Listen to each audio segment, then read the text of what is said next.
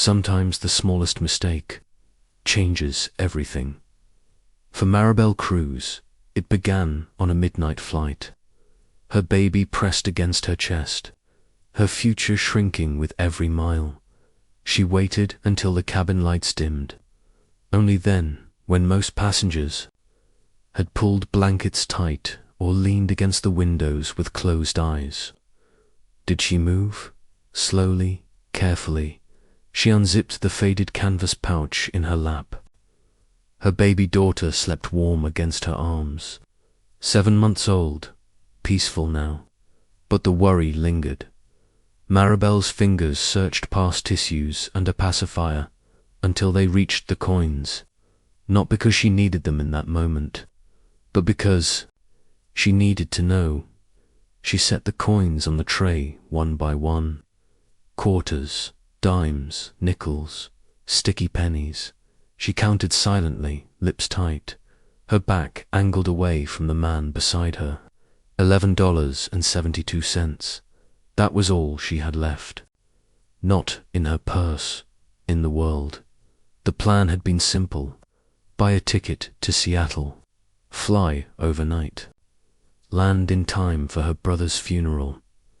But her daughter needed formula, and the price was more than she remembered.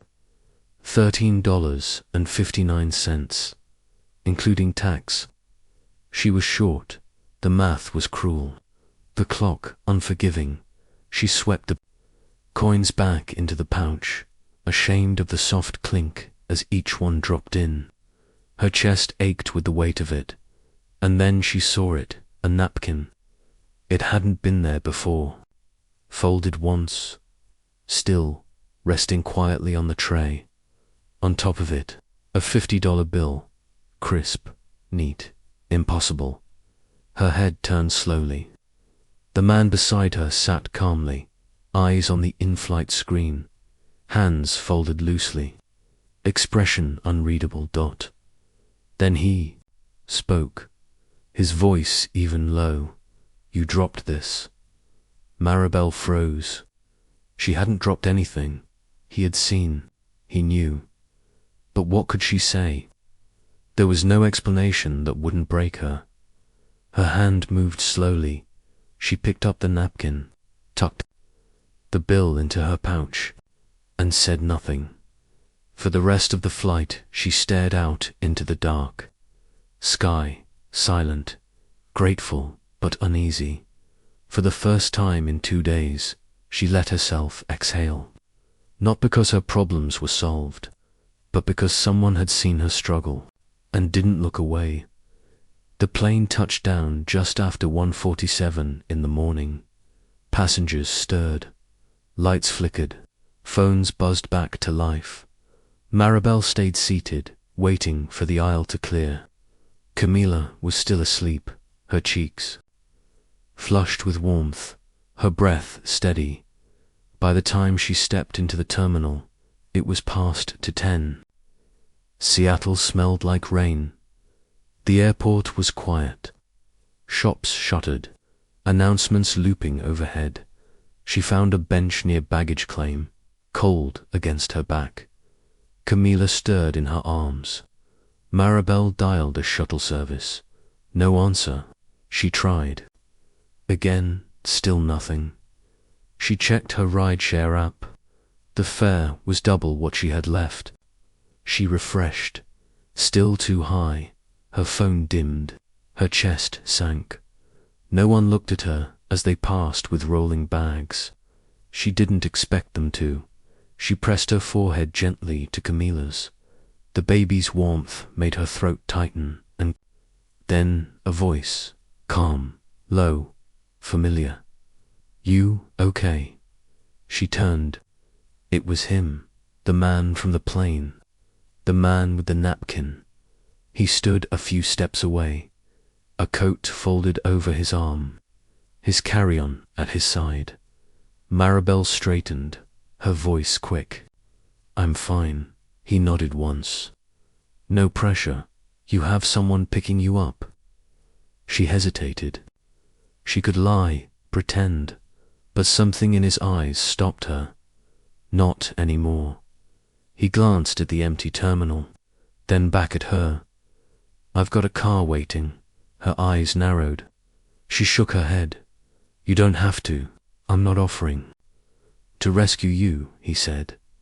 Just a ride. Her gaze dropped to Camila, then back at him. Please, he added. Let me do something decent tonight. The pause stretched long, until finally she nodded once. All right. The parking garage was cold and damp. His car, a black electric SUV, sat waiting near the exit. Every story begins with a meeting. But some meetings feel less like chance and more like destiny. He opened the passenger door without a word, helped her settle Camila into the back seat. Inside, the air was warm. A faint scent of citrus lingered. They drove in silence. City lights blurred past the window. Maribel didn't ask where they were going. She was too tired to care. When she finally spoke, her voice was flat, exhaustion shaping every word.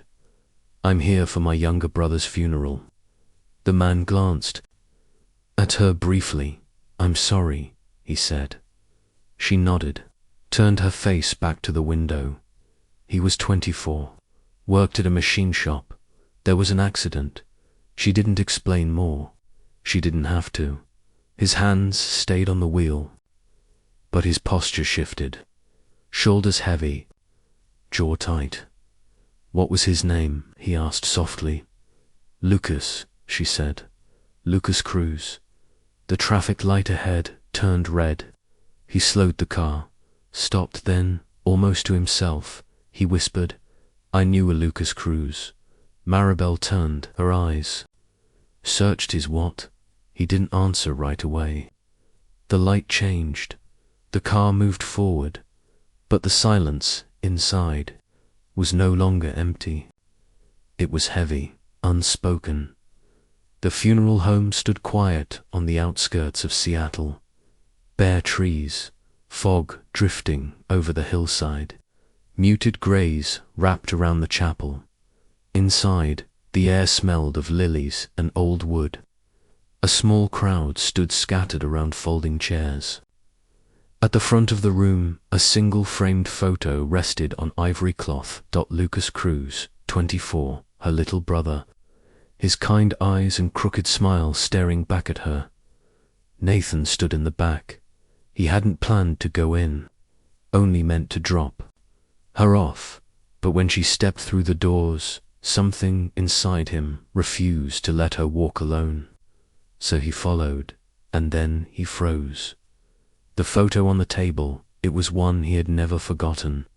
He stepped forward, slowly, as if approaching something sacred. His voice low. That's him. Maribel turned. What? He moved closer, eyes locked on the photo, pulled his wallet from his coat, unfolded a worn picture from the flap. Same denim shirt, same crooked smile. I kept this, he said quietly. 4 years ago, your brother saved my life. Maribel blinked, confusion in her eyes. I don't understand. Nathan's voice steadied, but stayed low. It was a construction site, a non-profit build in Tacoma. I was funding it through my foundation. A steel beam came loose. I didn't see it. Lucas pulled me back seconds before it would have crushed me. He looked at her. He didn't give his name. I had to ask around to get the photo. He didn't want recognition. He just disappeared. Maribel stepped closer, her grip on Camila tightening. He never told me. He just said he worked overtime that day. Nathan's voice softened. He gave me a second chance, and I never said thank you. The silence thickened. Her eyes shimmered, tears threatening for the first time. He always said, do good, but don't wait for applause. That was Lucas. Nathan's expression cracked, humbled, unmasked. I think he knew, he whispered. That day on the flight, maybe he found a way to bring us together.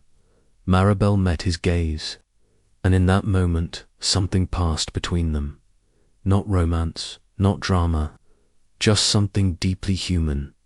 A quiet recognition that their lives, once separate, had crossed for a reason. She nodded once, slow. He would have liked you. Nathan managed a half smile. Some people cross your path once and vanish, but others return again and again, until you realize they were never strangers at all. He saved me once, Nathan said quietly. Maybe now I can return a piece of that, by being here when it matters. Maribel didn't respond right away, but she didn't walk away either. In the stillness of that small room, surrounded by grief, a thread had begun to weave between them. Not pity, not charity, but memory and purpose, the kind of debt that cannot be repaid with money, only with presence, only with truth. The motel door creaked shut behind her.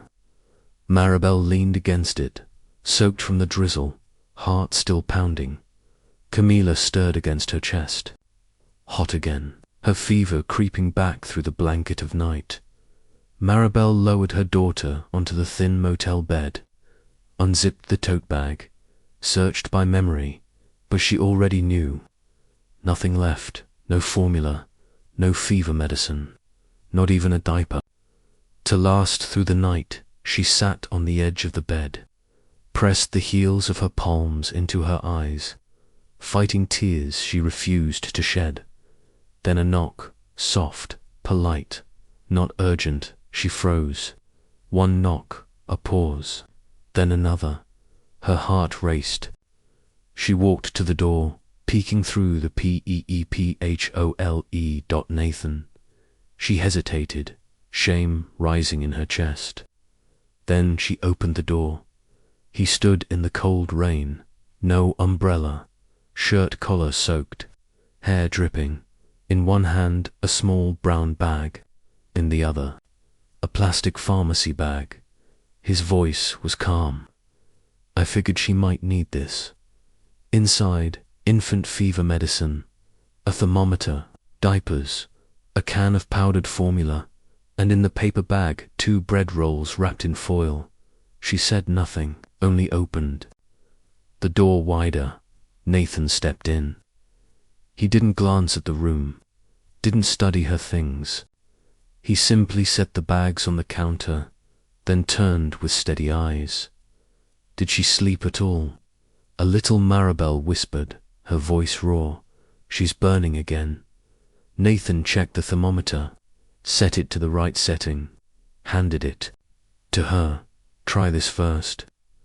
Maribel placed it gently under Camila's arm, waited, rocked her baby softly.